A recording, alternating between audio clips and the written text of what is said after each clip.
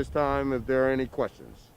What sort of vehicle was the subject driving? The subject was driving in a passenger vehicle that was, that was literally, the complaints that we've got. We received multiple 911 calls about this vehicle driving erratically and the collisions themselves. So a sedan, not an SUV? It is not an SUV. It is a sedan, correct, yes. And how many collisions were there actually involving this particular vehicle? We know that there were actually two collisions that did occur with this sedan prior to it coming to rest at 108 and Fieldcrest Road. And how many injured? At this point in time, we believe outside of the sheriff's deputy that we possibly have two other injured individuals, but who did not, I don't believe, were transported to the hospital. Can you tell us how many times the subject was shot by the deputy? We don't know that at this point in time. And to be clear, the sheriff's deputy happened on the scene?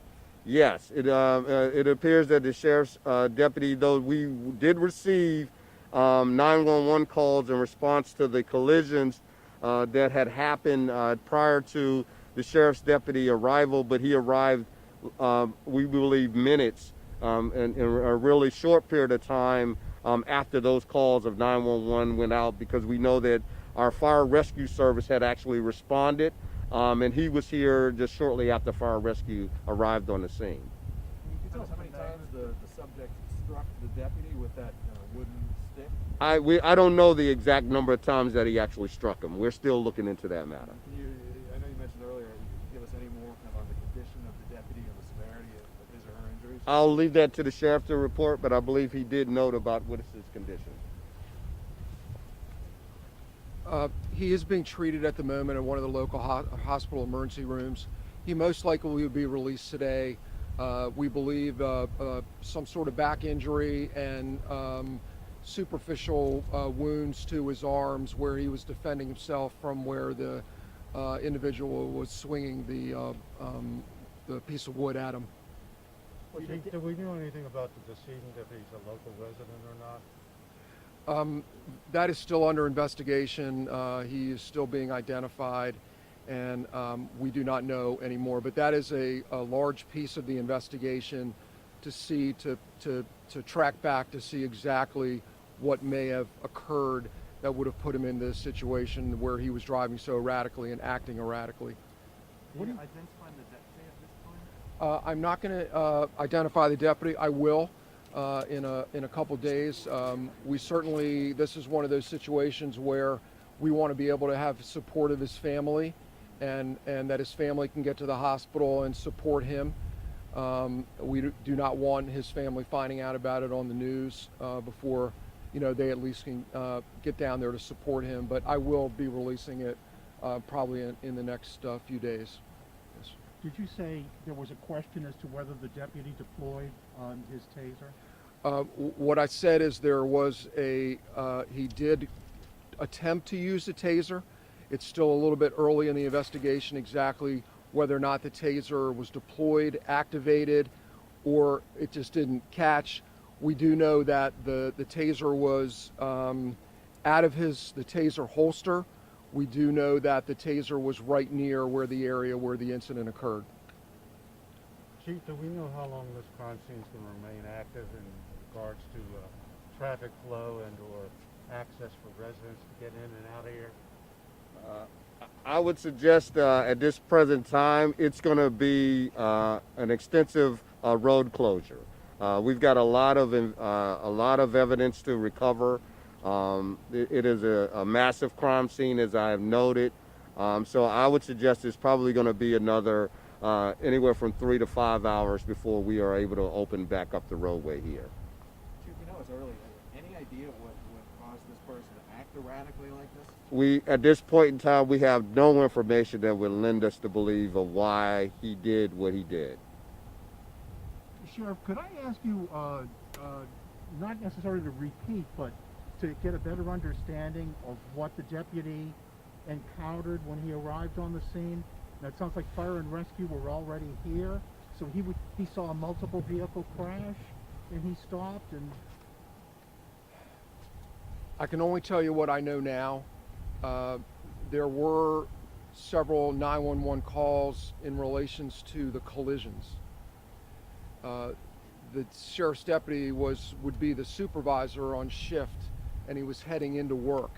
This would be one path he potentially could drive to get to the office in Rockville. Whether he actually just came upon it or heard the 911 call be dispatched, I don't know exactly at this moment, but one way or another, he became engaged in this situation and was the only law enforcement officer on the scene at the time. And you know, what he potentially was able to stop, the fact that the person was, you know, attempting to attack the two people that he had just ran into, you know, may have stopped something, but it's a little bit early to really tell exactly whether he came upon it or heard the 911 calls. We have not had a chance to talk to him yet. I understand, but does it seem that this individual was rampaging before the officer's there or when the officer arrives?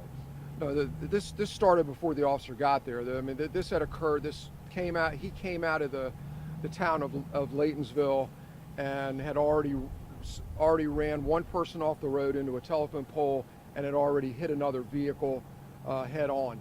So, you know, the sheriff's deputy came after the second collision, and that's when the guy was out of the car with the wood. So that's kind of what we know now. We're giving you all the information that we possibly can give you now, because that's really all what we know now. Was there two people in the second car? Yes, there was. The shooting seems like right at the intersection here, or? Yes, it was. Was the deputy wearing a body camera or anything like that? The sheriff's deputies do have body-worn cameras. I can't tell you at this time exactly whether it was activated, whether there's body-worn camera footage. I can't tell you that. But yes, the sheriff's deputies do have body-worn cameras, and you know, if assuming it was activated, then there would be body-worn camera footage. But I just don't know at this time. And Sheriff, you mentioned the decedent had been attacking two people, you said, before your deputy arrived on scene. Can you speak a little more with details about what that means? Was this person hitting them with a stick? Was he? All we know at this point is he was out at the stick and he was going towards them.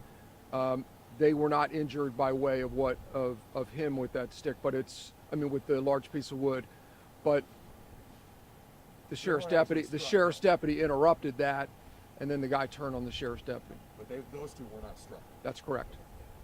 The scene we're looking at now, there's a car in the intersection. I can't tell, is that a police vehicle or is that the subject's vehicle? Which vehicle are we So speaking of? The black one, the dark color? No, that black vehicle is not the vehicle that's involved. It's his, Right. so- His vehicle is, you can't see it from here, but his vehicle is nearby into that intersection. Right. Okay. All right. All right. At this time, thank you all. I appreciate it. Thank you all. Okay. Has the deputy been placed on leave?